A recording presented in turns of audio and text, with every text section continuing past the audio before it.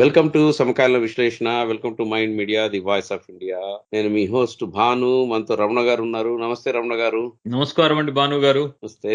మనము 2 షోలు మిస్ కొట్టాము. ఇది మే 28, 2024 షో. చాలా డిమాండింగ్ షో మీకు ఇప్పుడు ఇది. ఎలక్షన్స్ పైన. ఎలక్షన్స్ ఇంకా వారం రోజుల్లో ఏముంది సార్, ఎంత అయిపోయినట్టే. ఇంకా ఎలక్షన్ రిజల్ట్స్ కూడా వచ్చేస్తాయి వాటి నుంచి. I know exactly 1 week. So ఈ రోజు షోలో మేము ఇప్పటి వరకు ఫేజ్ 1, 2, 3, 4 ఫేజ్ 1 పైన 2 పైన మాట్లాడాము. ఇంత ముందు 3, 4, 5, 6 వరకు ఏం జరుగుతుంది, ఇంకొక ఫేజ్ మిగిలింది. సో మొదట దాని గురించి మాట్లాడతాం. తర్వాత తెలంగాణ, ఆంధ్ర, ఆ తర్వాత ఇంకేదో ఒకటి చిన్నగా నడుస్తుంది. ఇదంతా అవుతుందే, ఏదో అండర్ కరెంట్ ఉందని ఒకటి దానిపైన. తర్వాత ఫేజ్ 7 గురించి మాట్లాడదాం. సో ముందు రమణ గారు 1, 2 లో మనం మాట్లాడడం కానీ 3, 4, 5, 6 లో సుమారు అంటే ఒక మొత్తం కలిపి 57 మిగిలాయండి. 486 సీట్లు అయిపోయింది. అయిపోయినాయి. ఓకే, సరే, మొత్తం కలిపి చెప్పమంటారా? నా ఉద్దేశం అంటే ఇప్పుడు 486లో ఎవరెవరు ఎన్డీఏ కూటమి, ఇండియా కూటమి కిందనే మనం మాట్లాడుకుందాము. ఎవరికి ఎంత రాబోతుందని మీరు అనుకుంటున్నారు? నేను కొంచెం నాట్ టూ కన్జర్వేటివ్ కాకుండా కొంచెం మిడిల్ ఆఫ్ ద గ్రౌండ్ లో చెప్తాను మీకు అన్నమాట. ఓకే, మొత్తం సీట్లు ఇప్పటికి 486 అయిపోయినాయి కదా. అవును. బేస్డ్ ఆన్ అంత నేను మొత్తాన్ని సమకూర్చుకున్న ఇన్ఫర్మేషన్ ప్రకారం ఎన్డీఏకి ఇందులో 369 సీట్లు వస్తాయి. 369. అందులో జస్ట్ బీజేపీకి మాత్రమే 315 సీట్లు వస్తాయి. ఇప్పటివరకు జరిగిన వాటిలో 315 అంటే ప్రిటీ మచ్ ఇంకా అయిపోయింది. బీజేపీకి మాత్రమే అన్నారు కదా. అయిపోయినట్టే ఇది. మరి ఇండియా అలయన్స్ కి మొత్తం కలిపి 80 వస్తాయి. అందులో కాంగ్రెస్ కి ఎక్స్క్లూజివ్ గా 40 వస్తాయి. ఇంకా జగన్ ఇలాంటి వాళ్ళు ఉంటారు కదా, ఎటు సైడ్ అలైన్ అవ్వని వాళ్ళు అంటారా, 40 వస్తాయి. ఈత నేను చెప్తాను ఇప్పుడు. నేను అదే చెప్పే కదా, ఎక్స్ట్రీమ్. మీకు కాంగ్రెస్ కి 40 కూడా రాకూడదంటే బీజేపీకి 330 అయిపోతాయి ఇప్పుడే. కాదు, ఇండియా అలయన్స్ కదా. ఇండియా అలయన్స్ మొత్తం కలిపి 80 వస్తాయి. అందులో కాంగ్రెస్ కి 40 వస్తాయి. ఇండియా అలయన్స్ లో ఇవన్నీ ఉన్నాయి కదండి. డిఎంకే ఉంది, కమ్యూనిస్టులు ఉన్నారు, అట్లాంటి వాళ్ళు ఉంటారు కదా. అలా కాకుండా ఎటు సైడ్ అలైన్ అవ్వని వాళ్ళు ఉంటారు కదా, మన జగన్ టైప్ వాళ్ళు, వాళ్ళకి ఒక 37 సీట్లు వస్తాయి. బిఎస్పి, జగన్ ఇట్లాంటి వాళ్ళందరూ కలిపి. ఇది ఇండియా అలయన్స్ కాదు. ఇండియా అలయన్స్ అదే అన్న, వాళ్ళందరూ అదర్స్ లోకి వస్తారు అంటున్నాను. 40 అంటే పర్వాలేదే అనిపిస్తుంది మీరు అన్న దాని ప్రకారం. వస్తాయండి, పర్వాలేదేముంది. వాళ్ళకి కేరళలో వస్తున్నాయి కదా, కాంగ్రెస్ కి కేరళలో ఒక 13 సీట్స్ వస్తాయి. అట్లానే ఇందులో మన కర్ణాటక, దీన్ని ఈ తమిళనాడులో ఒక 6 సీట్లు వస్తాయి. కర్ణాటకలో ఒక 3 సీట్లు వస్తాయి. తెలంగాణలో కూడా ఒక 5 సీట్లు వస్తాయి. అలా వేసుకుంటే కనుక మీకు మహారాష్ట్రలో ఒక 3. మహారాష్ట్ర ఉంది, అది మర్చిపోతున్నాను నేను. ఓకే, సో ఇక్కడ 5, అక్కడ ఒక 5, 10, ఇంకొక 10, 20, 30, 40 దాకా వస్తాయి. ఓకే, 40 దాకా వస్తాయి. సో మీరు అన్నది okay. Let's close that. All right, 40 వస్తాయి. బీజేపీకి ఎవరి ఇది లేకుండానే 315 వస్తాయి. 315 ఈ నంబర్ అయితే మిమ్మల్ని గట్టిగా పట్టుకుంటాను అయితే. ఇందులో నేను ఇంకొక నెంబర్ ఇస్తాను, గుర్తుంచుకోండి. అత్యంత కన్సర్వేటివ్ గా వెళ్ళదలుచుకున్నాను. అంటే ఏంటి, ఇప్పుడు ఫర్ ఎగ్జాంపుల్ ఈ 315లో నేను ఫస్ట్ రోజు నుంచి చెప్తూనే ఉన్నాయి కదా. ఎట్లా అంటే తమిళనాడులో బీజేపీకి 7 సీట్లు వస్తాయని ఫస్ట్ ఫేజ్ లో చెప్పాను మీకు. అలానే కర్ణాటకలో బీజేపీకి 22 వస్తాయండి అని చెప్పాను. ఇవన్నిట్లోంచి కొంచెం తీసి పారేసి తగ్గించేసేసి ఓ 15 సీట్లు తగ్గించినా కూడా వాళ్ళకి ఆల్రెడీ అయిపోయిన వాటిల్లోంచి కూడా 300కి తక్కువ రావు వాళ్ళకి. సో వాళ్ళు పాత సీట్లు 303 అది మళ్ళీ గ్యారంటీ అయిపోయింది. కన్జర్వేటివ్ గా వెళ్తే వాళ్ళ బేసిక్ కన్జర్వేటివ్ గా వెళ్ళినా కూడా అత్యంత అన్ని అదేదో అంటారు చూడండి, డీప్ గా వెళ్ళా ఇక్కడ కూడా ఒకటి తగ్గింది, ఏదైనా టాస్ అప్ ఉంటే అది కూడా తీసేద్దాం అనే టైప్ లో వెళ్తే కూడా వాళ్ళకి 300కి తక్కువ మటుకు వెళ్ళారు వాళ్ళు ఆన్ దేర్ ఓన్. ఇక మిగతావన్నీ ఊరికే నెంబర్స్ మీద ఆటలు. ఇవన్నీ 370, 400 ఇవన్నీ ఏంటంటే ప్రచారానికి పనికొస్తాయి. కానీ 300 వచ్చిన దానికి 320 వచ్చేదానికి 360 వచ్చిన దానికి పెద్ద తేడా ఉండదు. యాక్చువల్లీ రూలింగ్కి వచ్చేటప్పటికల్లా 300 దాటాయంటే అయిపోయినట్టే.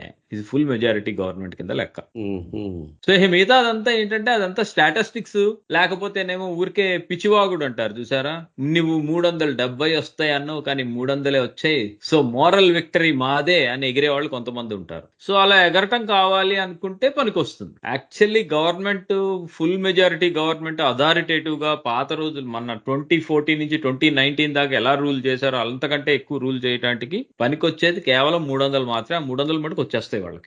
సో ఇంకేంది, మీరు కుండ బద్దలు కొట్టినట్టు చెప్పేశారు, ఇంకా అయిపోయిందని. అదే ఇంకొక ఫేజ్ మిగిలి ఉండగానే అయిపోయింది. నెక్స్ట్ ఫేజ్ లో కూడా ఇంకో 32 సీట్లు వస్తాయి వాళ్ళకి, 57 కన్నా ఇంకా బెటర్ అది. సో ఒకవేళ ఎక్కడైనా ఎదురొచ్చింది అనుకుందాం, ఎట్లా అంటే కర్ణాటకలో ఏదేదో మాట్లాడేస్తున్నారు, ఇంకేముంది కర్ణాటక అసలు ఓడిపోయినట్టే, 18 వచ్చాయి అనుకుందాం కర్ణాటకలో. ఓకే, మహారాష్ట్రలో బీజేపీకి 25 వచ్చాయి అనుకుందాం, అది 25 వస్తున్నాయి, 20 వచ్చాయి అనుకుందాం. రాజస్థాన్ లో 25 వచ్చాయి లాస్ట్ టైం, ఈసారి 22 వచ్చాయి అనుకుందాం. ఉత్తరప్రదేశ్ లో ఒక్క సీటు కూడా ఎక్స్ట్రా యాడ్ చేయదు, యాక్చువల్లీ 10 ఎక్కువ వస్తున్నాయి వాళ్ళకి, ఒక్క సీటు కూడా ఎక్స్ట్రా యాడ్ చేయదు. అట్లా అన్నిట్లోంచి చించి చండాలం చేసినా కూడా బీజేపీకి 300 వచ్చేస్తున్నాయి. ప్రతి మచ్ ఇంకా ఎన్నికలు అన్నది ఓకే, మన క్రికెట్ లో చెప్పాలంటే దీన్ని ఆల్రెడీ 40 ఓవర్లకి, ఇప్పుడు 2020 అయితే మీరు ఆల్రెడీ 15 ఓవర్లకి కొట్టేశారు. అట్లా మీరు అలా అంటున్నారు. మీరు నేను అనేది అంటే ఇంకా 2 ఓవర్లు ఉన్నాయి, 95 రన్లు కొట్టాలి మీరు అనమాట. 2 ఓవర్లు 95 వాళ్ళు కొట్టాలి. ఇండియా కొట్టాలి. అది ఇండియా గెలవాలంటే వాళ్ళకి 2 ఓవర్లు 15 రన్లు ఉన్నాయి గెలవాల్సి. They don't even have. They already అయిపోయింది. యాక్చువల్లీ ఎన్డీఏ లెక్కలో విన్ సైడ్ ఆలోచించుకుంటే it's over. They already won. So it's other way.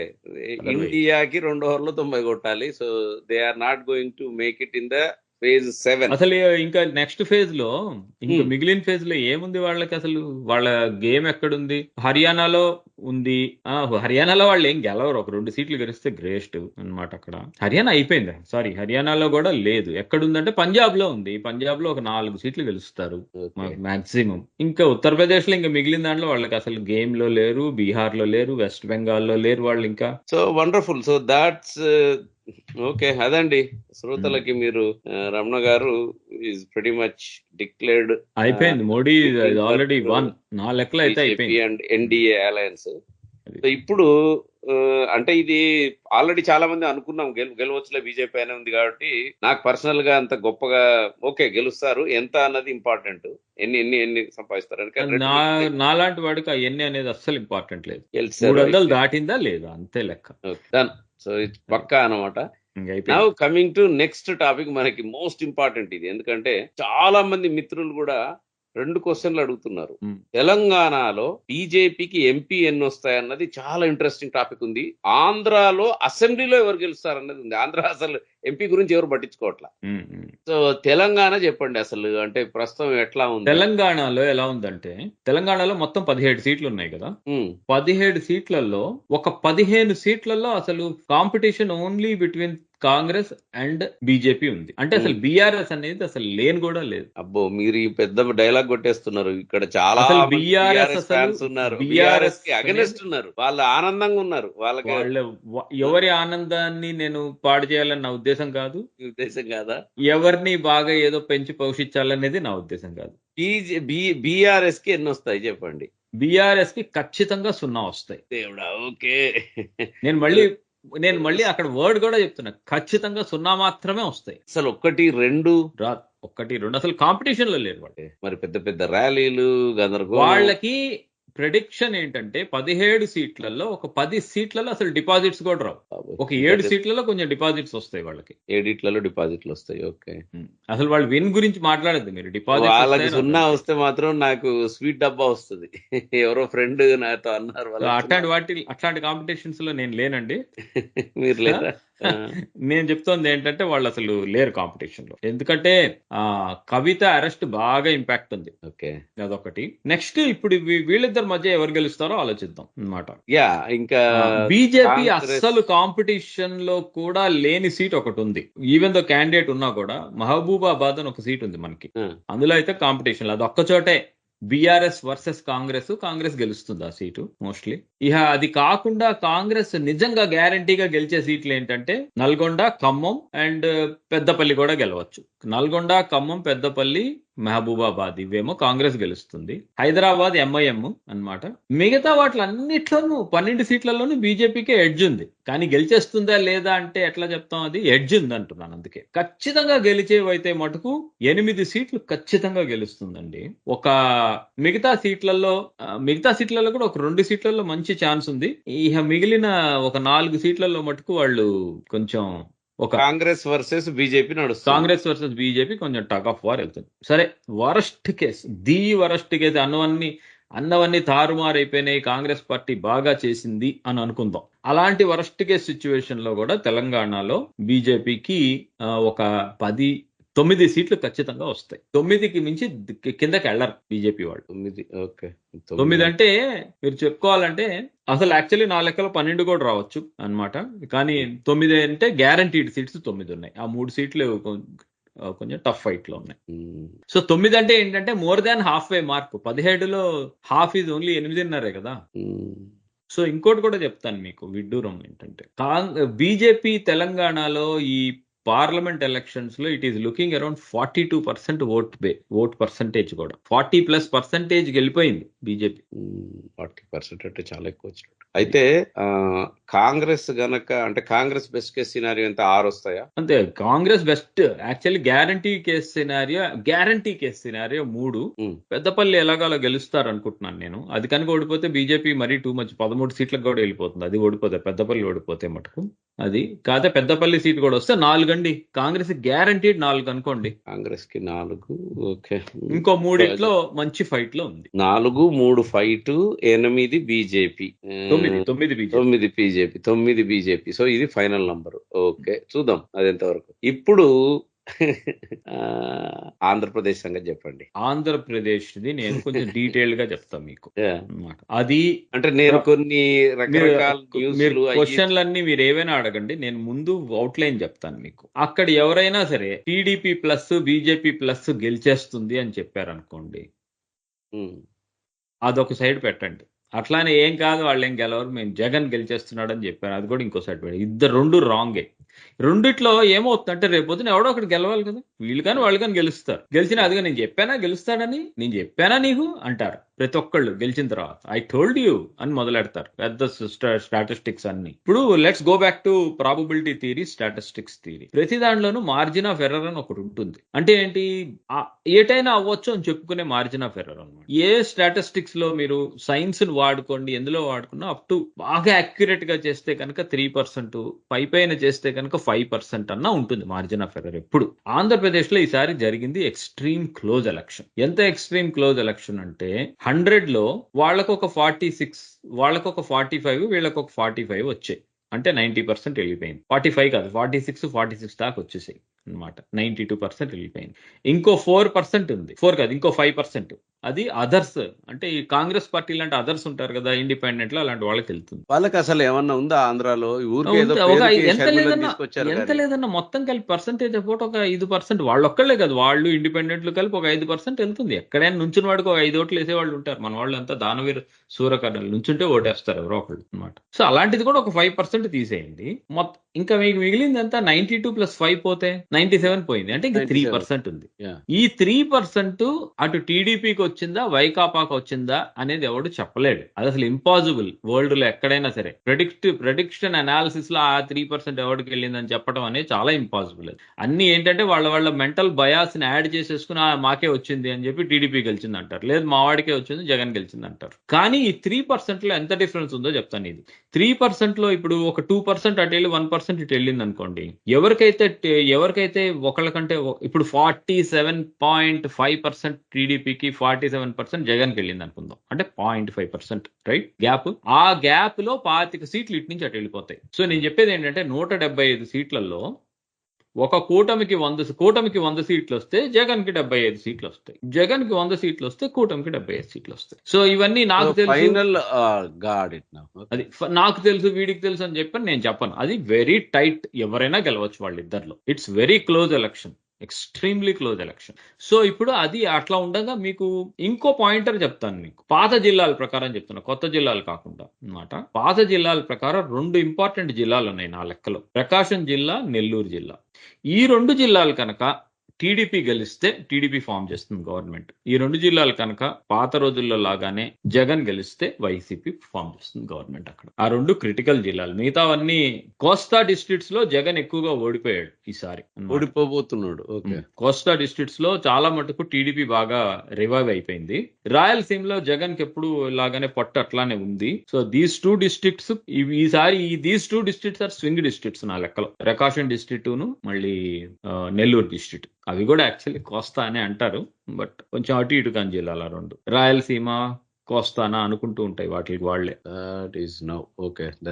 So ఇంకా మిగతావన్నీ వీళ్ళు వాళ్ళు అనేవి ఊహాగానాలు అవన్నీ. ఇంకా 170 ఆర్ 170 వాట్ ఎవర్ అది మీ నంబరు, నా నెంబర్ అది. ఎందుకంటే 3% స్వింగ్ ఏటన్నా అవ్వచ్చు. సో 100 అంటే 100 అని లేదు, 95 కూడా రావచ్చు, 95, 86, 105. అది 95, 80 కనుక వస్తే 90, 80లో వస్తే బాగా టైట్ అయిపోద్ది. అవును, ఒకవేళ అది 88 మిడ్ రేంజ్ కదా, ఎవరికైనా 94 ఎన్నో వచ్చి గెలిచారు అనుకోండి. ఫర్ ఎగ్జాంపుల్ కూటమి గెలిచింది అనుకుందాం, 94 వచ్చి, అప్పుడు మన పవన్ కళ్యాణ్ గారి పార్టీ కింగ్ మేకర్ అయిపోతారు. నన్నే ముఖ్యమంత్రిని ఎందుకు చేయకూడదు అనొచ్చు, వారి పార్టీ కింగ్ మేకర్ అవ్వచ్చు. అది లేకపోతే జగన్ పిలిచి ఎందుకన్నా నీకు నేను ఇస్తాను ముఖ్యమంత్రి కదా అని అనొచ్చు, వెళ్ళిపోవచ్చు, ఏమేం జరగచ్చు ఆ తర్వాత. మళ్ళీ అలాంటి ఇది కూడా ఉందంటారా? ఎందుకుంటే సార్, పాలిటిక్స్ అన్నాక అంతా ఇది ఒక రకమైన పాలిటిక్స్ చూస్తూనే ఉన్నాం కదా. ఎక్కడైనా ఏదైనా దేనికైనా ఆస్కారం ఉంటుంది, ఎప్పుడైనా సరే దగ్గరికి వచ్చిందంటే. ఇప్పుడు కుక్కలు చించిన విస్తర్ ఎప్పుడు అది ఒక రకంగా ఉంటుంది, ఇంత టైట్ గా ఉంటదని నేను ఉండదు నా లెక్కలు. నేను అదే చెప్తున్నాను, మళ్ళీ చెప్తున్నాను, ఇవన్నీ మన ఊహాగానాలు కాదు. అక్కడ టైట్ గా ఉంటుంది, టైట్, వెరీ టైట్. కానీ సీట్ల లెక్కలో అలా టైట్ గా ఉండదు. ఎవరికైతే 1% కానీ 2% కానీ ఎక్కువ వస్తుందో వాళ్ళకి ఒక 25 సీట్లు ఎక్కువ వచ్చేస్తాయి. సో కంఫర్టబుల్ గా ఫామ్ చేస్తారు గవర్నమెంట్. అది ఆంధ్రాకి నేను I cannot give any verdict. కాకపోతే టీడీపీ బాగా రికవర్ అయింది, అది ఒక్కటి చెప్పొచ్చు. ఖచ్చితంగా రికవర్ అయింది, బాగా రికవర్. టీడీపీ ఎంత దాకా రికవర్ అయిందంటే ఈవెన్ విన్ అయ్యే ఛాన్సెస్ కూడా ఉన్నాయి. అది చాలా పెద్దది కదా. అట్లయితే అంటే విన్ అయ్యే ఛాన్సెస్ లేవని అంటే అది మళ్ళీ రాంగ్. అది విన్ అయ్యే ఛాన్సెస్ ఉన్నాయి వాళ్ళకి. దట్ మీన్స్ అది చాలా పెద్ద టాస్క్ ని రివర్స్ చేశారు, బాగానే చేశారు వాళ్ళు. ఓకే, ఇంకా మరి the other not important topic అంతా ఏది, మన ఆంధ్రాలో ఎంపీ సీట్లు. అది పెద్ద ఇంట్రెస్టింగ్ లేదు, కానీ మీరు ఇంట్రెస్టింగ్ అంటే అది కూడా ఏమవుతుందంటే చెప్తాను మీకు. అక్కడ కూడా అది ఎంపీ సీట్లకు వచ్చేటప్పటికల్లా 50-50 అయిపోవచ్చు. అంటే ఎన్డీఏకి ఒక 14, వైకాపాకు ఒక 11 కానీ, లేదా వైకాపాకి 11, ఎన్డీఏకి ఒక 14 కానీ, అలా ఎన్డీఏకి 11, వైకాపాకి 14 అట్లా రావచ్చు. అది కొంచెం స్ప్లిట్ లో వెళ్ళిపోవచ్చు మధ్యలోకి. ఆ మధ్యలో ఈ గోల్లో పడి బీజేపీ ఏమీ లేకపోయినా ఒక 2 సీట్లు టీడీపీ దగ్గర నుంచి దొంగిలించుకుని మేము కూడా ఆంధ్రాలో ఉన్నామని అనిపించుకోవచ్చు. అది నాకు మీరు ఇందాక చెప్పిన 100-70 రేంజ్, 90-80 రేంజ్ లోనే అది 50-50 లాగానే అది కూడా అదే రకంగా. నేను ఏం ఎక్స్పెక్ట్ చేశానంటే మేబీ బీజేపీకి ఎంపీ సీట్లు అంటే బీజేపీ కూటమికి, మా తెలుగుదేశం, జనసేన, బీజేపీ కూటమికి ఎక్కువ రావచ్చా అని అనుకున్నా. కొంత రావు, అలా ఏం రావా. ఎంపీ సీట్లు కదా ఇటేద్దాము మొత్తం, అంత ఎక్కువ ప్రేమ ఏమి ఉండదు ఒక సైడ్ అట్లా. అది ఎప్పుడు జరుగుతుందంటే బీజేపీ నిజంగా అక్కడ కనుక చాలా ఎక్కువగా ఉంటే, ఎక్కువ అంటే సిగ్నిఫికెంట్ గా. ఇప్పుడు తెలంగాణలో పాత రోజుల్లో బీజేపీ ఉండేదే అంటే వాళ్ళకి క్యాడర్ ఉంటుంది, కాస్త బూత్ దగ్గర వర్కర్స్ ఉంటారు, ఆ టైప్ లో ఏదైనా ఉందనుకో, సో ఆర్గనైజేషన్ స్కిల్స్ మీద లాగుతుంది, మోడీ పేరు లాగి చేయగలుగుతుంది అనుకో. అసలు వాళ్ళు నుంచుందే 6 సీట్లు, వాళ్ళు అసలు క్యాడర్ ఏమీ లేదు, వాళ్ళకి అసలు కరెక్ట్ గా చెప్పాలంటే డెస్క్ బెంచ్ కూడా ఉందో లేదో డౌట్ నాకు. సో వాళ్ళకి ఏం లేదు, వాళ్ళ ఓట్ అంటే టీడీపీ ఓటే. అది అందుకే చెప్తున్నా కదా, స్టీలింగ్ కపుల్ ఆఫ్ సీట్స్ అని చెప్పా కదా, దొంగిలించబడ్డ సీట్లు అక్కడ ఏ వచ్చినా సరే బీజేపీ. ఓకే, సో ఆంధ్రాది అదండి శ్రోతలకి. It's very tight. రమణ గారి prediction is like it's so tight. ఎవరన్నా మీరు కావాలంటే చూడండి అనాలిసిస్ ఎలా ఇస్తారో. ఒక 50 అన్నా వస్తాయి లిస్ట్ లో, అన్ని వైకాపా గెలుస్తున్నట్టు, ఇంకో 50 వస్తే అన్ని టీడీపీ గెలుస్తున్నట్టు. వాట్సాప్ లో కూడా ఎవడి ఫ్యాన్ క్లబ్ వాళ్ళు మేమే గెలిచామంటే మేమే గెలిచామని చెప్పుకుంటారు. అది చాలా టైట్ ఎలక్షన్. ఆంధ్రప్రదేశ్ లో ఎవరైనా ప్రెడిక్ట్ చేసి నేను చెప్పింది కరెక్ట్ అని చెప్పాడు అనుకో, అసలు నవ్వాలి వాళ్ళని. అంటే రేపు నిజంగా కరెక్ట్ అవ్వచ్చు, కరెక్ట్ అయితే కూడా కరెక్ట్ కాదు, అది జస్ట్ కోఇన్సిడెన్స్. అది మీకు అసలు స్టాటిస్టిక్స్ ప్రాబిలిటీ థియరీలో మార్జిన్ ఆఫ్ ఎర్రర్ అనేది ఒకటి ఉంటుంది. మార్జిన్ ఆఫ్ ఎర్రర్ లోనే ఉన్నప్పుడు గ్యాప్ ని నేను ప్రెడిక్ట్ చేసింది కరెక్ట్ అంటే ఎట్లా కరెక్ట్ అవుతుంది? చూద్దాంలేండి. ఓన్లీ ఒకటే థింగ్ ఏంటంటే ఈ డేటా అంతా రాంగ్. అసలు యాక్చువల్లీ టీడీపీ చాలా బాగా చేసేసింది, వాళ్ళకి యాక్చువల్లీ 10% ఎక్స్ట్రా వచ్చేసింది, లేదా అసలు టీడీపీ ఏమీ లేదు అంతా హంగామా చేసింది, వైకాపాకే 10% ఎక్స్ట్రా వచ్చిందంటే నేను చెప్పిందంతా రాంగ్ అవుతుంది. నేను ఒక చెప్పింది రాంగ్ గా ఇవ్వటం అంటే అసలు ప్రపంచంలో చెప్పిన వాళ్ళందరిది రాంగ్ ఆ తర్వాత.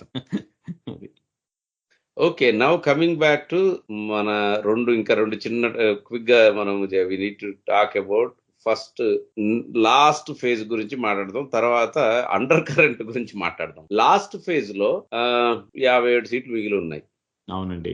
57లో 13 Punjab, 13 Uttar Pradesh, 9 west Bengal, 8 Bihar. So pretty much like ఈ బీహార్, ఉత్తరప్రదేశ్, వెస్ట్ బెంగాల్, పంజాబ్ లోనే ఒక 43 సీట్ల దాకా ఉన్నాయి.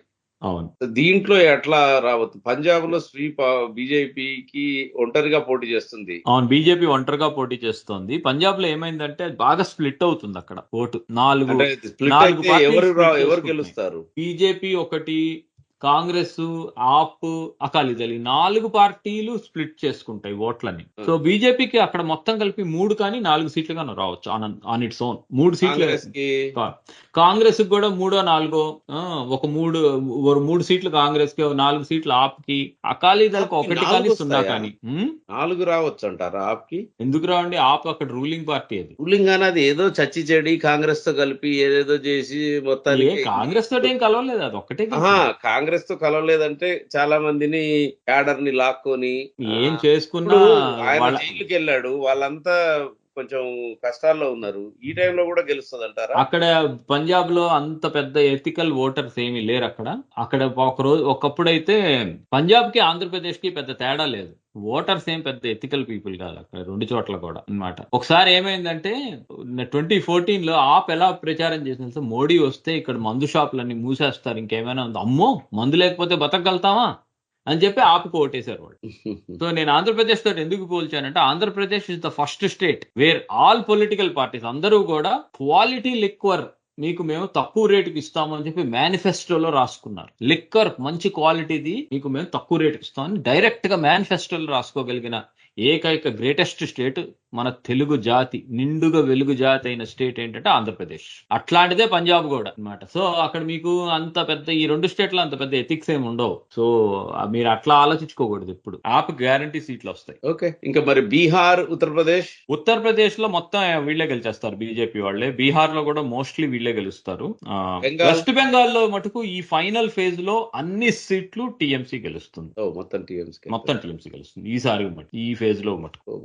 బాగానే ఉన్నాయి వాళ్ళకి అంటే ఈసారి. ఇప్పుడు జరిగే 8 సీట్లలో డమ్ డమ్ అని ఒకటి ఉంది, అది ఒక్కటి ఏమైనా బీజేపీ గెలిస్తే గెలవచ్చు, మిగతా అన్ని కూడా టీఎంసీనే గెలుస్తుంది ఈసారి.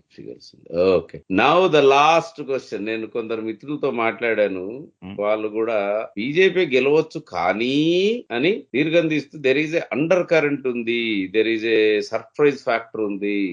మన యోగేంద్ర యాదవ్ అని ఒక ఆయన ఉన్నాడు, పొద్దున్న లేస్తే సాయంత్రం వరకు మోడీని తిడుతూ ఉంటాడు. అసలు మోడీ ఎందుకున్నాడు రా బాబు అన్నట్టు మాట్లాడతాడు అన్ని వీటిల్లోకి వచ్చి అనమాట. ఆయన అయితే గ్యారంటీ ఇంకా అసలు ఓడిపోతోందని చెప్పాడు మొన్నటి దాకా.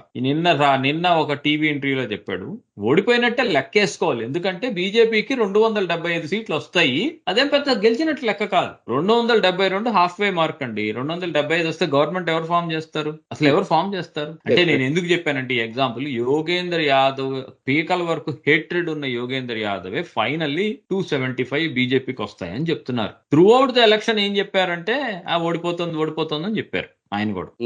సరే, కాంగ్రెస్ వాళ్ళు ఎన్నికల్లో నుంచుని ఉన్నారు కాబట్టి వాళ్ళు గెలవాలి కాబట్టి June 4th తర్వాత ఇంకా మోడీ లేడని చెప్పేస్తున్నారు వాళ్ళేమో అన్నమాట. సో ఇంకా మీరు అన్నది అండర్ కరెంట్ అంటే ఎంత దారుణమైన అండర్ కరెంట్ జరగాలో చెప్తాను. ఇంటర్నేషనల్ సర్వేయింగ్ ఏజెన్సీస్ 10 ఉన్నాయి ఇండియాలో ఎలక్షన్ సర్వేలు చేస్తున్నవి ఇంటర్నేషనల్. ఇండియాలో ఉండే ఒక 20-30 ఏజెన్సీలు ఉన్నాయి, ఎప్పటి నుంచో సర్వేలు చేస్తున్నవి, ఒపీనియన్ పోల్స్ ఇస్తున్నవి అన్ని. ప్లస్ అమెచ్యూర్ అంటే మీలాంటి నాలాంటి వాళ్ళ అమెచ్యూర్ పీపుల్ కూడా సర్వేలు చేస్తూ ఏమవుతోంది అని. సర్వేలు చేసే స్థాయిలో లేము కానీ అంటే సర్వే కాకపోయినా న్యూస్ అన్నిటిని కొల్లేట్ చేసుకుని ఒక చోట పెట్టుకుని ఏమవుతోంది అని కనిపెట్టగలుగుతాం కదా. అవును. అలాంటి మనలాంటి వాళ్ళు ఏ జన స్రవంతిలో ప్రతి ఒక్కళ్ళు ఎవరికి పాలిటిక్స్ ఇంట్రెస్ట్ ఉండి డేటా చూసుకుంటున్న వాళ్ళు కూడా డేటా అని చూసుకునే వాళ్ళ గురించి మాట్లాడుతున్నాను. కూర్చొని విష్ఫుల్ థింకింగ్ మోడీ ఓడిపోవాలని ఓం నమ శివాయ అన్నట్టు అనే వాళ్ళ గురించి నేను చెప్పట్లేదు అనమాట. అది సో అలాంటి వాళ్ళు ఇప్పటి వరకు ఎవరిచ్చినా బీజేపీకి అరే 370 400 పార్ రాకపోవచ్చు కానీ 300 సీట్లు అయితే వస్తాయనే చెప్తున్నారు. మోస్ట్ వరస్ట్ కేసు ఇచ్చిన వాళ్ళు ఉన్నారు. 283 ఇది ఇట్స్ మోస్ట్ వరస్ట్ కేసు బీజేపీది. ఇన్ దట్ కేస్ ఇంకా 272 కదా కావాల్సింది గవర్నమెంట్ ఫామ్ చేయడానికి. సో ఇన్ అదర్ వర్డ్స్ ఈ సో కాల్డ్ అండర్ కరెంట్ అన్నది ఇప్పటి వరకు నేను తగ్గిస్తుంది. నేను పుట్టిన తర్వాత 100 మంది ఒకటి చెప్పగా ఏదో ఒకటి మాత్రం ఎక్కడో జరిగి అదేదో మనకి ఇంతమందికి తెలియని అండర్ కరెంట్ తోటి అసలు ఓడిపోవటం లాంటివి నేను చూడలేదు ఇప్పటి వరకు. సో ఏ థియరీ ప్రకారం చెప్పినా జరగదు అట్లాంటివి. ఇంకా జరిగిందంటే అప్పుడు అది కొత్తది ఏదో వింత జరిగిందని చూసుకోవాలి. So in all aspects 99% Modi గారు మళ్ళీ స్వేరింగ్ ఇన్ సెరమనీ గురించి మనం మాట్లాడుకోవచ్చు నెక్స్ట్ వీక్. ఎందుకంటే ఆల్రెడీ వాళ్ళు స్వేరింగ్ ఇన్ సెరమనీ కొత్త పార్లమెంట్ హౌస్ లో చెయ్యాలా లేకపోతే అదేంటి అది భారతీయం అది ఒకటి ఏంటి దాని పేరు ఒక కొత్త బిల్డింగ్ కట్టారు కదండి ఉన్నటువంటి మర్చిపోయాను. ఒక మన కన్వెన్షన్ సెంటర్ అది అందులో చెయ్యాలా ఇందులో చెయ్యాలా అని ఆలోచిస్తున్నారు. ఇంకో న్యూస్ లోనేమో G7 లీడర్స్ లో కొంతమంది వస్తారట ఆయన స్వేరింగ్ ఇన్ సెరమనీకి. ఒక పుకార్ ఏంటంటే జో బైడెన్ రావచ్చని. జో బైడెన్ కూడా రావచ్చు. సో ఇలాంటివన్నీ ఆల్రెడీ వాళ్ళు మాట్లాడుకుంటున్నారు. ఆయనేమో లాస్ట్ టైం కేదార్నాథ్ కేవ్ లోకి వెళ్లి ఒక 48 hours ఆయన మెడిటేషన్ చేసుకున్నట్టు ఈసారి కన్యాకుమారి దగ్గర వివేకానంద రాక్ మీద చేసుకుంటారట. ఎందుకంటే రేపు ఎట్లాగో ఇంకో 30వ తారీఖు అయిన తర్వాత ఇంకా ఎలక్షన్ క్యాంపెయినింగ్ ఎండ్ కదా, ఆ తర్వాత ఇంకా ఎలక్షన్ క్యాంపెయినింగ్ ఉండదు కాబట్టి అప్పుడు వెళ్ళి ఆయన మెడిటేషన్ చేసుకుంటారట. మోడీ ఏమో యాజ్ యూజువల్ 5 ఏళ్ల క్రితం చేసిన పని మళ్ళీ చేస్తున్నారు. సో వాళ్ళ పనుల్లో వాళ్ళు ఉన్నారు కొత్త గవర్నమెంట్ గురించి. ఈ నెరేటివ్ మీరు చెప్పే టైపు మీ ఫ్రెండ్స్ చెప్పే టైప్ నెరేటివ్ చాలా కష్టం జరగటం. చూద్దాం 1 week లో అయిపోతుంది. ఎందుకు దాని గురించి మాట్లాడుకోవటం 1 week తర్వాత. బట్ దట్స్ ఆల్సో ఇంట్రెస్టింగ్ చెప్పారు మీరు ఆస్పెక్ట్ విచ్ ఇస్ గుడ్. నాకు అర్థమైంది అది. అంటే అది ఉత్తుతదే ఏదో కాంగ్రెస్ వాళ్ళు ఏదో పుట్టించినట్టు కనపడుతుంది. వర్స్ట్ కేస్ సినారియో 283 అండి. ఓకే వర్స్ట్ అంటే వర్స్ట్ కేస్ అంటే ఎట్లా అంటే చెప్పనా, వీళ్ళేమో యూపీలో పెరుగుతాయి అనుకుంటే తగ్గటం, అలా రాజస్థాన్ లో 22 కాకుండా 18 రావటం, కర్ణాటకలో మినిమం 18 రాకుండా 15 రావటం, తమిళనాడు కేరళ ఆంధ్రప్రదేశ్ లో 0 రావటం, తెలంగాణలోనేమో 10 లేదు 10 లేదు పాత సీట్ల 4 రావటం. ఇలా జరుగుతాయి. ఇట్లాంటివన్నీ జరిగితే కూడా 283 వస్తాయి వాళ్ళకి. అయితే ఇంకా సమస్య లేదు. ఓకేనండి రమణ గారు, I think you covered pretty much everything and hopefully శ్రోతలు ఏముందండి వచ్చే శనివారం ఇండియా టైం వచ్చే శనివారం రాత్రికి ఒక 100 పొలిటికల్ సర్వేలు వాళ్ళందరూ ఎగ్జిట్ పోల్స్ అని ఇచ్చేస్తారు. సో వచ్చే వారం మళ్ళీ కలుద్దాం రమణ గారు. మరి తప్పకుండా అండి. ధన్యవాదాలు. నమస్కారం. My Media, the voice of India.